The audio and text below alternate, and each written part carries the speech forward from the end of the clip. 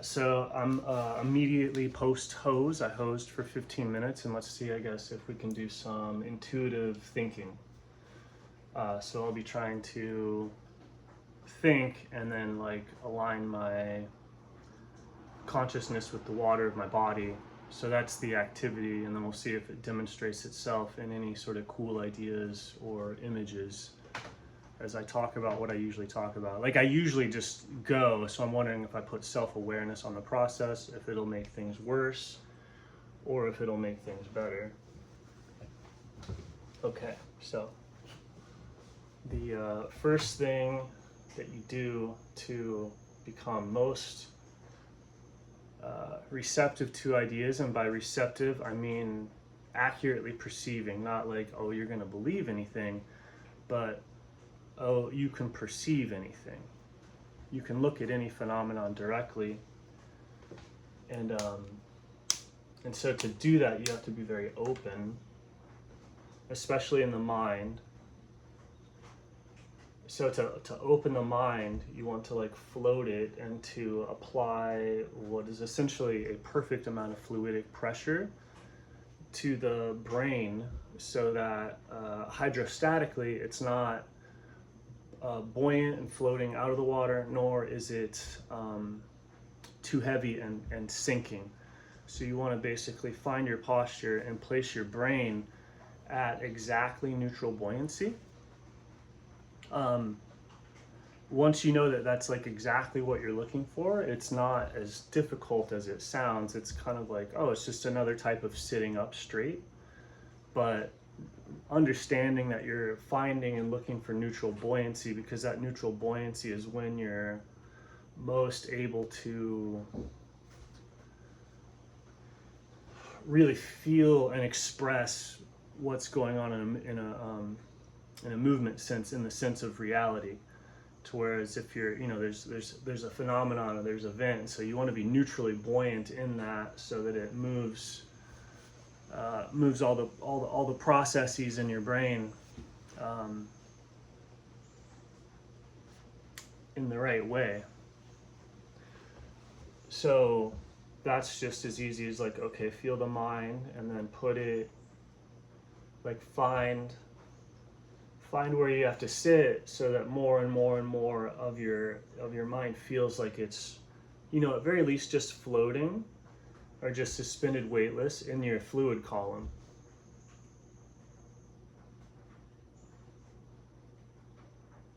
And then just make sure that it's also resting on top of that same fluid column, right? Like it's not going to be existing in a fluid column that only starts here. The whole body is going to be that fluid column. So you just have that innately. It's a single fluid column, so it's like a single perception of floating, and then you can focus in on the mind and the central nervous system and try and float those things.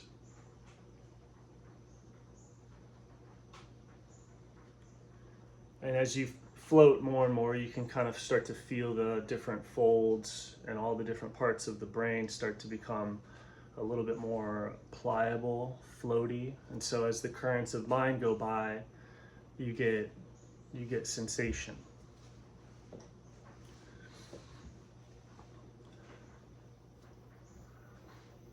Sensation, right? And so those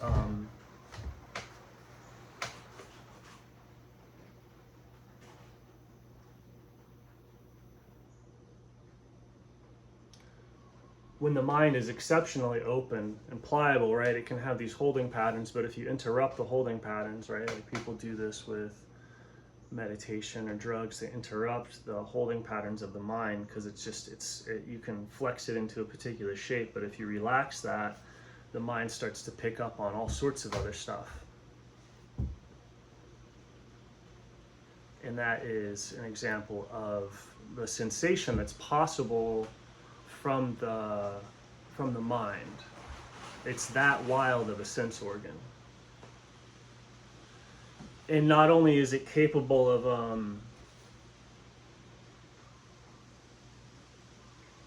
like, this is like rationality, is when it attunes to the suchness of an object.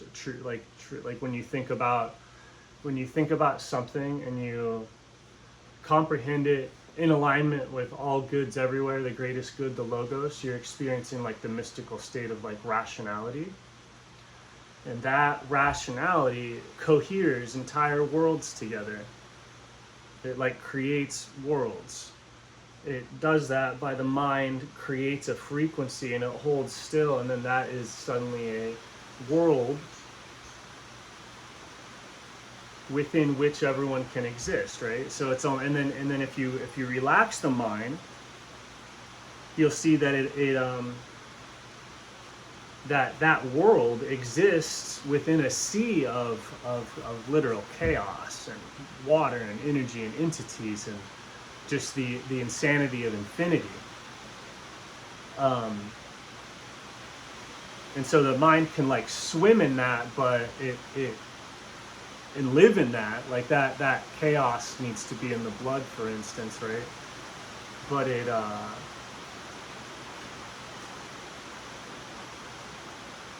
you know, the mind coheres, and so like you get things like the screens or books or whatever, like helps more and more people get on the same coherence thing to create very strong, very stable realities.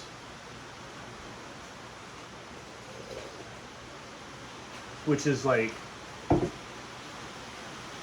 you know, good and bad. It's cool. It could be cool. Like it could be cool to have this rigid of an anchor point as we have today if it was understood what was going on, right? And then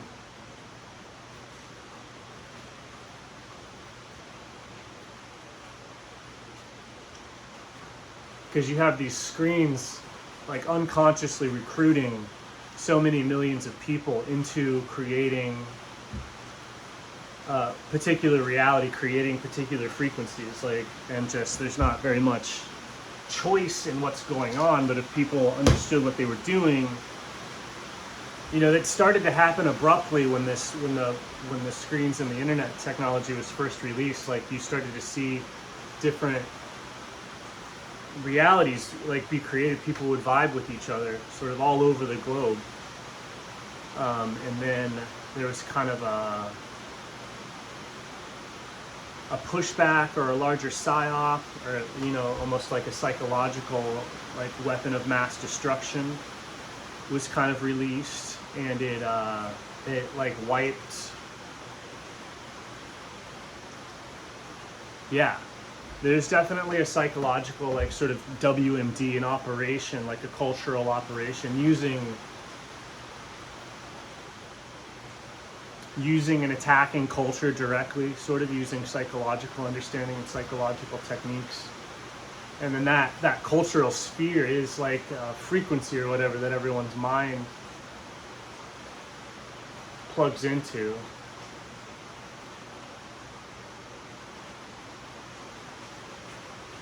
Anyway, so yeah, we're trying to figure out how to do that well, right? We want to think, so we want to float.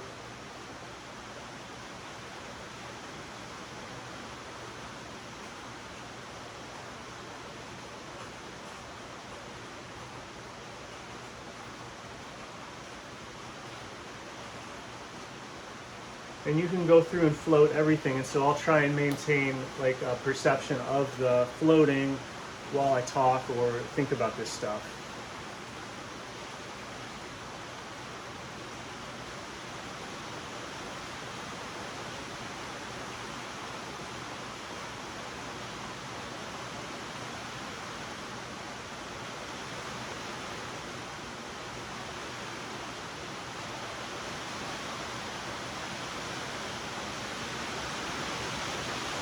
In different like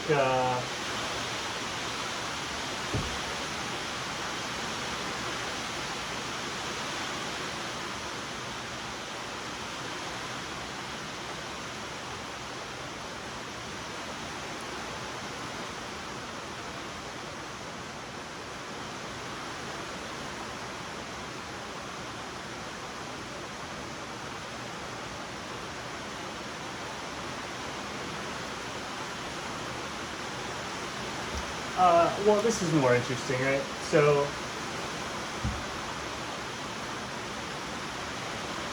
a lot of, like, everything in the world is a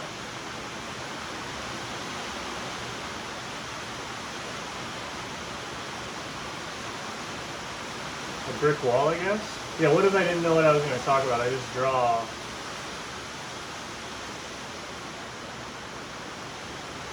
I trash the marker.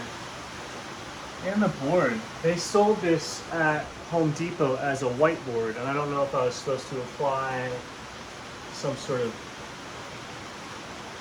shellac to it. The backside's supposed to be a chalkboard, and I don't know, maybe it needed a coating.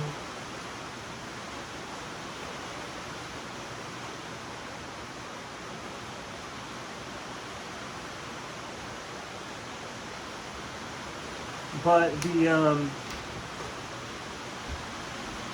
you know, the how do we do this?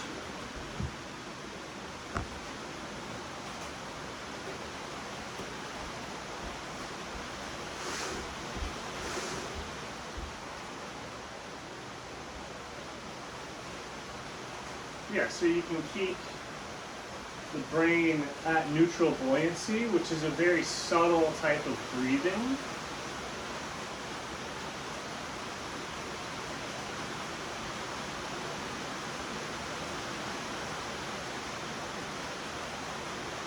And the best way to learn it genuinely is like to go underwater with like a hose and feel what it's like to be in constant contact with your flotation or with your buoyancy, and to see what it's like to stay absolutely neutrally buoyant using the breath, and to see what happens to your buoyancy when you breathe in and out, and like how to you know, not feel tossed around by that or lose contact with it as it invariably goes in and out. Like it has to kind of go in and out to breathe. You can't actually stop right at neutral buoyancy and kind of enter the breathless state for quite a long time. It seems like you still get enough oxygen to survive, but it's kind of like a high tension state. And so the breath naturally kind of does this in and out thing. And in the water, with the water pressure, when you connect that in and out thing to buoyancy, you can feel how that potentially impacts your flotation.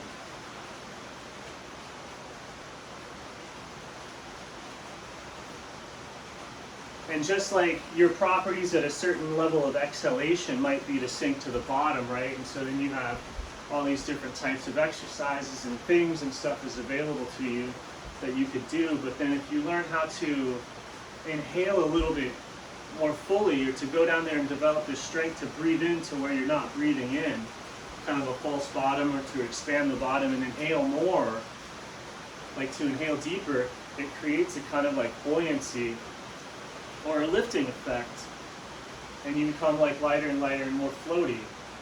I don't think we see this very often, because I feel like once you've increased your buoyancy that much to where you're like, to keep that neutral point of where you're like flying around right here, and to not just kind of evaporate, or not evaporate, but go up, right? You breathe into that deeper level just to go in whatever direction that freedom is. I don't think we see that very often, because it does seem like it would be kind of a runaway process.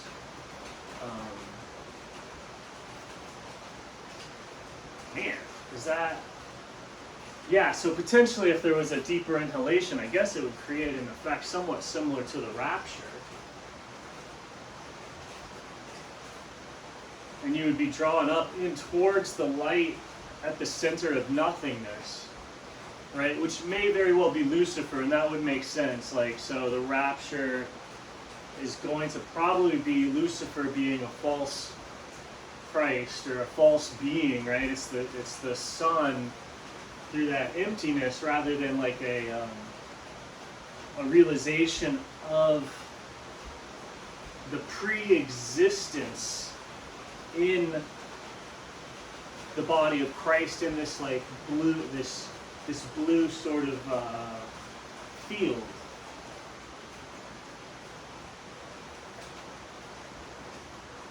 Where you're definitely not going anywhere, because it's the body of existing. To be in the body of existing, right, is the eternal life that was already given as a birthright, right? So the rapture is definitely going to be the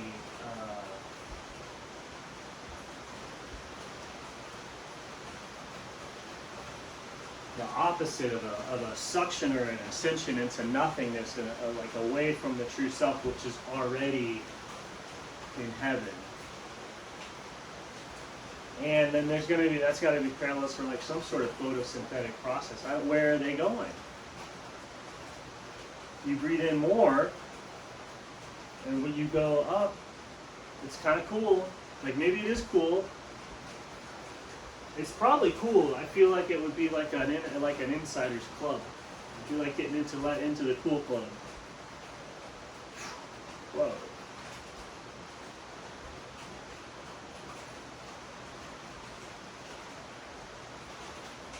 And everything about the truth and the fullness of the being here is still true, because it's like you wouldn't be going up if it wasn't lifting you and supporting you. And it's like, is it really wrong to just inhale deeper to be more of who you are? That can't possibly be wrong at that level. So maybe it's a little bit of both.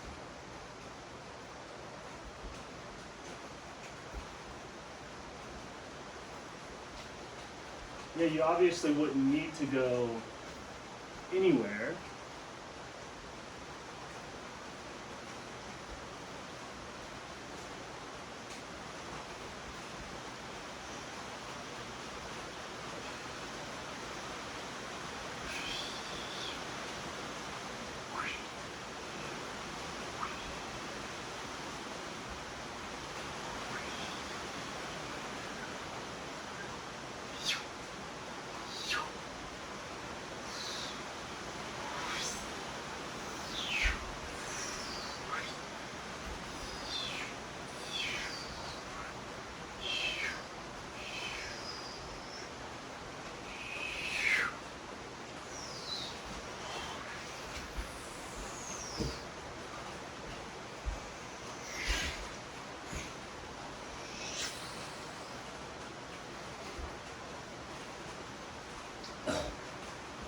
Dancing is crazy.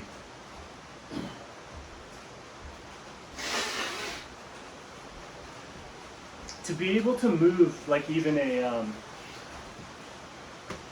moderately skilled dancer has taken me a lifetime of study just to even remotely touch the feet of some of these, like, just, I don't know, is it a natural gift, right? Like, I know that they're doing all of this crazy stuff that I talk about, this deep, high-level consciousness stuff. All these different athletes just exist. They just exist at that level. Do they know it? I don't even know. I've had to learn it so consciously. Just to even remotely start to understand what it's like to be like a pro athlete or a professional dancer or even a good recreational dancer, like even a moderately successful TikTok star has.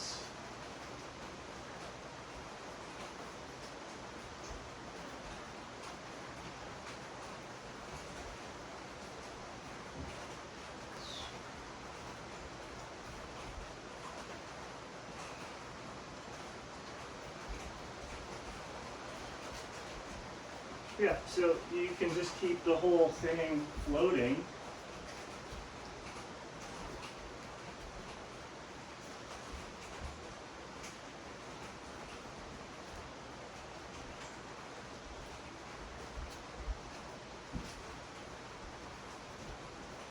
And to do that, the focus can go totally away from like what posture, position, or why, and just feel what movement patterns can I do, or what movement patterns do I have to do to stay in this neutrally buoyant place? How do I have to breathe, and what movement patterns do I have to do so that everything stays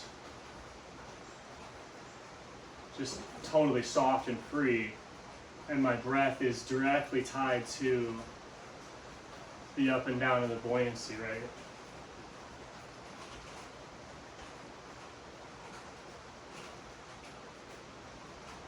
how do I move and breathe in such a way that my breathing in and out is directly tied to my density?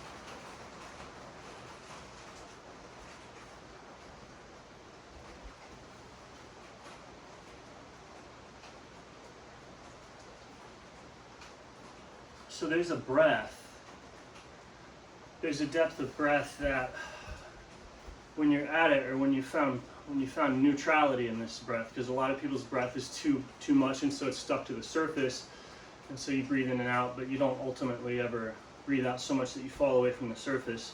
And some people's breath is so repressed that it's like so deep that you can breathe in and out, but it doesn't breathe in enough to obtain buoyancy. So there's a type of breath that when you're actually on it, you're there, and any sort of exhalation makes you fall, any sort of inhalation makes you rise.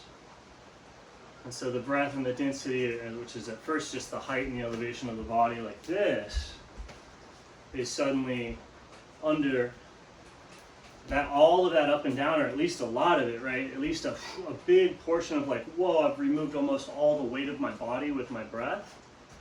That's that's right there. And people are doing it naturally. Like if you're in your body, or if you're inhabited, you're moving from this breath reflexively. This is correct breathing. This is just the perspective of it from an injured place. Like I was saying, like I've had to do this my whole life to try and figure out how to just move like a moderately healthy dancer.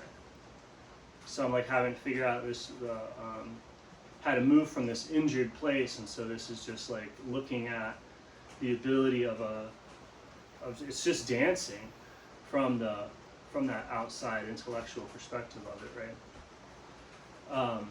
But everyone's doing it all the time.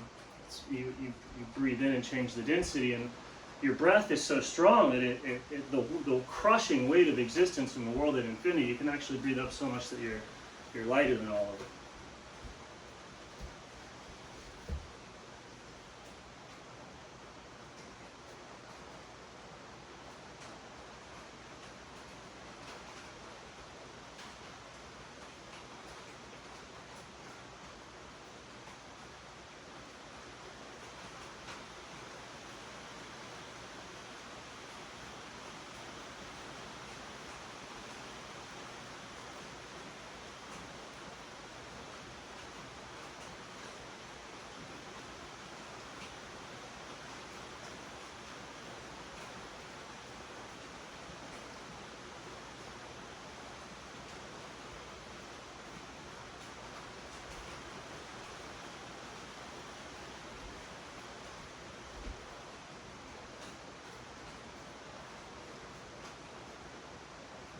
And when the breath is right at that level,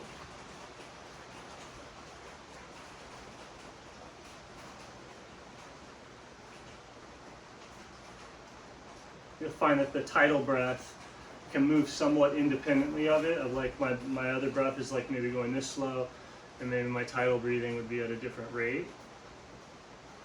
Or they can be, at first you find them together. And when the tidal breath desynchronizes from the full density breathing, that's when it feels like exertion. So you start to get tired as you get like desynchronized, either from going too fast or like maybe breathing too slow, too sedated.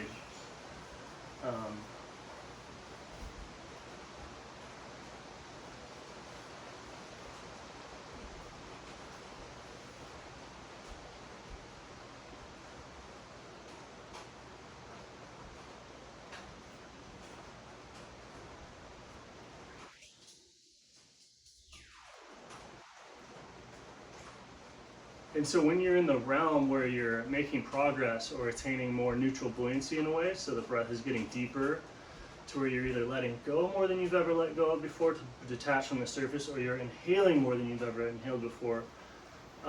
When that's happening, when you put yourself in the center of your being, in the center of the water column, it's pretty heavy. It's almost labored. It's like strenuous, but not. It's just difficult.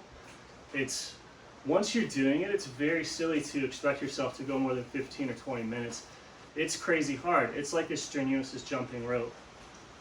So that the time limitation shouldn't be because of like, oh, it's boredom, it's as long as I can do it. It should be like, you're doing it right, it's super effective, and it's so hard that I'm like, whoa, okay, 10 minutes was good, sweet, or even 5. Like when I didn't know how to do this type of work, like the meditation was just limited to my like tolerance, and it's not, I mean, it's still kind of that, but it's just different. And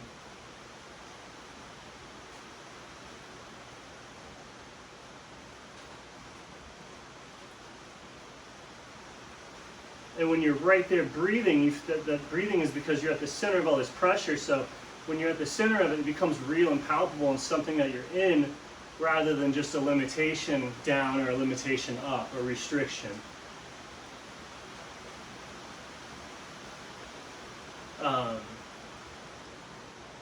And then that's when not only can you breathe in and out, but it's possible to, if you breathe into that deepening silence, to move the whole water column.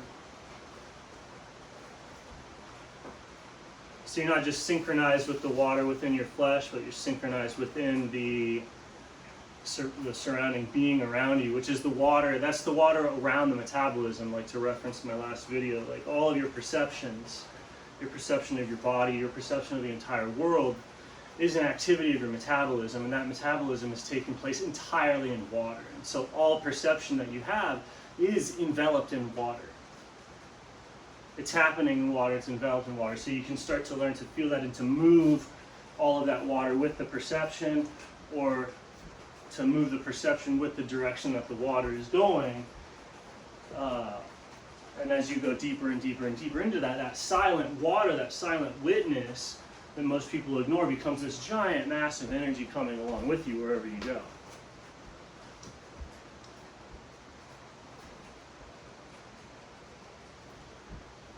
And those are my post-hosing thoughts.